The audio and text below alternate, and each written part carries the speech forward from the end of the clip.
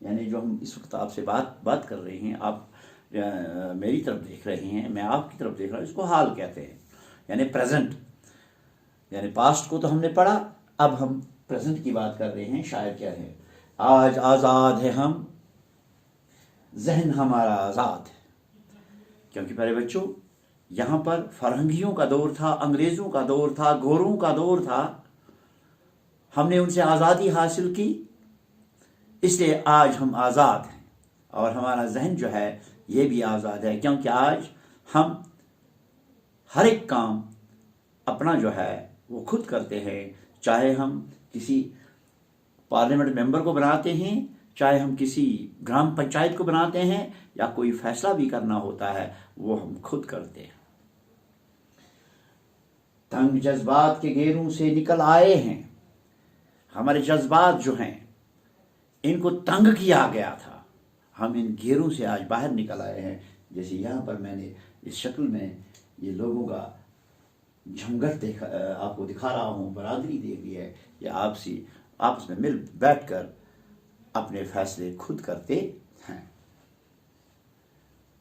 جو فرنگی کی سیاست نے کبھی بوئے تھے، یعنی فرنگی کی سیاست نے، انگریزوں، ان گوروں کی سیاست نے، ان کی تنگ نظری نے ایسا بیج یہاں بویا تھا کہ ہم ایک دوسرے کے ساتھ لڑتے رہتے تھے. ایک ہے اپنا وطن، یعنی ہمارا وطن جو ہے کشمیر سے لے کر کنیا کماری تک، یہ ایک ہے اپنا وطن.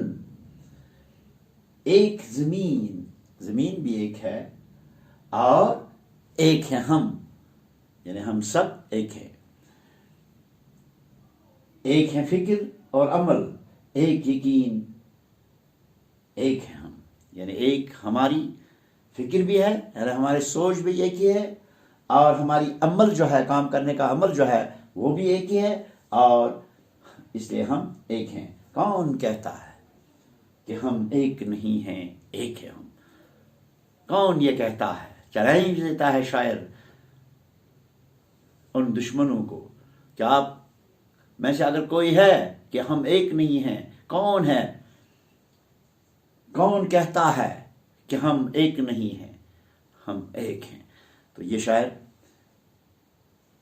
شاعری جو ہے، یہ نظم جو ہے، یہ جان نثار اختر صاحب نے آپ کی اردو کتاب بہارستانی اردو میں درج کی گئی ہے، اسی کے نام سے. یہ ان کے شاعر ہیں. تو انہوں نے مذہبی تہواروں کو کیسے منایا جاتا تھا ان کے بارے میں بھی بات اس نے لکھی ہے. اور اجنبی ہاتھوں نے کس طرح سے ہماری تاریخ کو بدل ڈالنے کی کوشش کی، بدل بھی ڈالا.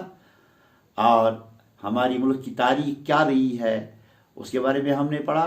اور اس کے بعد جب ہم نے آزادی حاصل کی تو ہم خود کو کیسا محسوس کرتے ہیں اس بارے میں بھی انہوں نے بات کی ہے. اور آخر پر شاید یہی کہتا ہے کہ ہم ایک ہیں. یعنی انہوں نے ایکتا کی پہچان بتائی ہے.